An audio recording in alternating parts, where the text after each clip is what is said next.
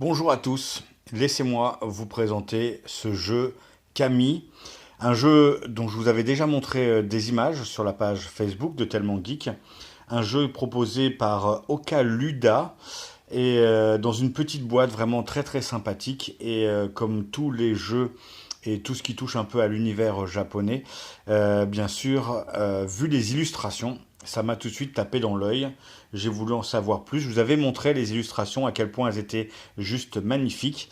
Alors, kami, qu'est-ce que c'est? Alors déjà, un kami, euh, ce sont des ancêtres, des esprits divins ou naturels. Et au Japon, ils font partie de la vie. Il n'y a pas de nom pour le créateur du jeu car Kami est librement inspiré d'un jeu de cartes dérivé du shogi qui s'appelle Goita Shogi, littéralement jeu des généraux. C'est un jeu de société traditionnel japonais qui se rapproche des échecs et donc c'est une coédition Okaluda Art and Beer illustrée par Pauline Berdal. Alors je devrais préciser magnifiquement et sublimement illustré par Pauline Berdal. Vous le voyez déjà avec la couverture. Voilà, c'est un jeu à partir de 8 ans. Il n'y a pas de texte sur les cartes, c'est un jeu de cartes. C'est des parties courtes hein, et c'est de 2 à 4 joueurs. Alors, on vous conseille 4 joueurs, c'est là que le jeu est le plus adapté. Vous pouvez, alors à 4 joueurs, c'est 2 contre 2. À 2 joueurs, vous allez jouer avec une rivière. Et à 3 joueurs, eh ben, vous jouez un contre un contre un. Voilà, tout le monde contre tout le monde. Alors vous voyez cette superbe illustration. Le dos de la boîte est ici. Et je vais vous montrer un peu les cartes. Alors il n'y a pas que des cartes, il y a des petits pions pour compter les points. Des pions qui ressemblent à de la monnaie. Donc 5, 3 ici, hop, recto verso. Et 2 ici. Voilà, recto verso. Hop. Et donc, on va revoir ces cartes.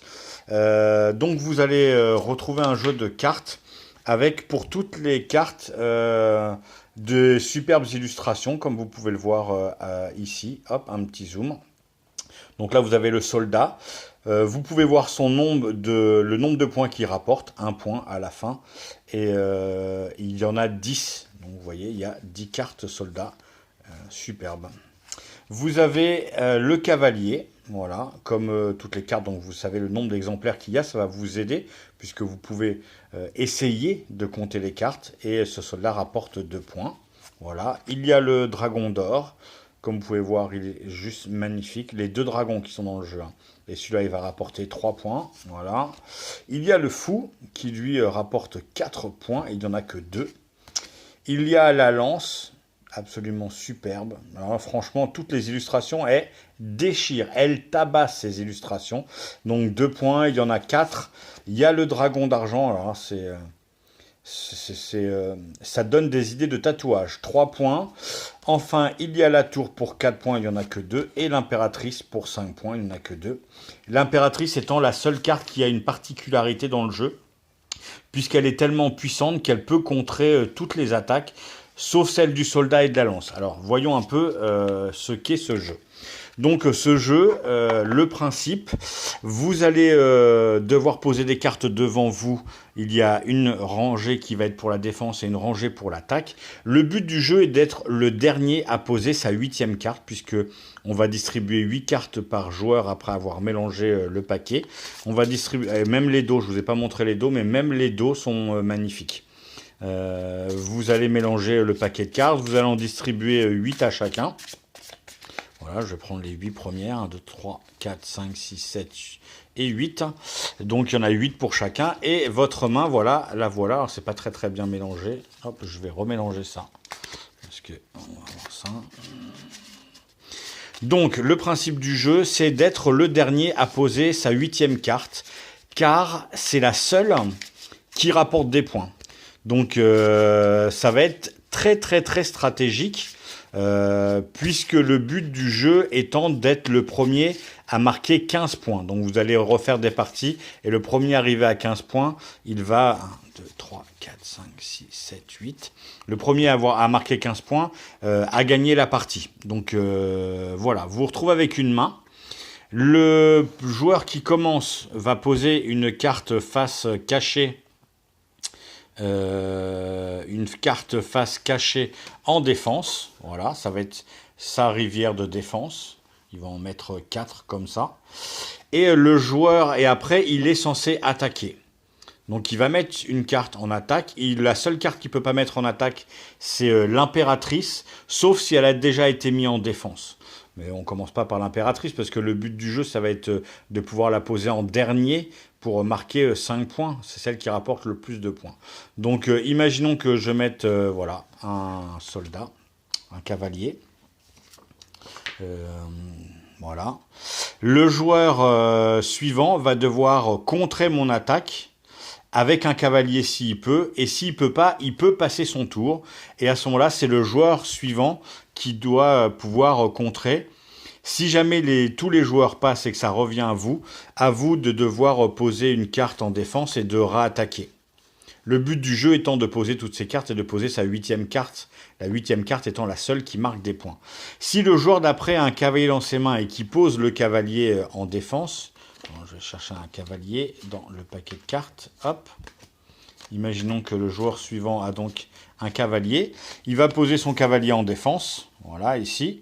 Et il va pouvoir réattaquer derrière avec une autre carte. Et s'il met un dragon d'or, le joueur suivant va devoir contrer avec un dragon d'or ou passer, et ainsi de suite. En sachant que vous pouvez contrer votre partenaire quand vous jouez à 4. Ça vous permet de poser vos cartes, puisque je vous rappelle que le but du jeu, c'est d'être le premier à poser sa 8e carte, et que la 8e carte que vous posez, c'est celle qui vous rapporte des points. Comme vous pouvez le comprendre, c'est un jeu très stratégique. La première carte qui est posée permet aux autres joueurs de pas compter les cartes. Du coup, s'il n'y a qu'une seule carte qui est posée, vous êtes un peu le seul à savoir combien il y a de cartes en jeu. Le but aussi pour certains joueurs, ça va être de passer pour pouvoir reposer une carte en défense. Et ainsi, on peut vraiment pas compter les cartes. En tout cas, hautement stratégique, en sachant que vous allez bien sûr tous vouloir poser l'impératrice en dernier et remporter 5 points. N'empêche qu'à un moment donné, l'impératrice, ça va vous aider parce que si vous ne pouvez pas contrer des cartes et que vous voulez poser des cartes, l'impératrice est la seule à pouvoir contrer, sauf, comme je le dis tout à l'heure, elle ne peut pas contrer le soldat ou une lance. Voilà. C'est très simple à mettre en jeu, mais c'est très stratégique et ça va très très vite. Autant dire qu'à 2 avec la rivière, c'est encore plus stratégique parce qu'on met devant le reste des cartes des 2 joueurs qui ne sont pas présents. C'est-à-dire 16 cartes, une première série révélée et une autre en dessous cachée. Et les joueurs peuvent se servir dedans, sont des mercenaires. Voilà, c'est vraiment très très sympa. Le premier temps, on passe du temps à scotcher les cartes parce qu'elles sont toutes juste magnifiques. Voilà, je vous montre le fou. Je ne sais pas si on peut zoomer. Voilà. C'est vraiment super. En plus, la texture, le format carte tarot est juste génial.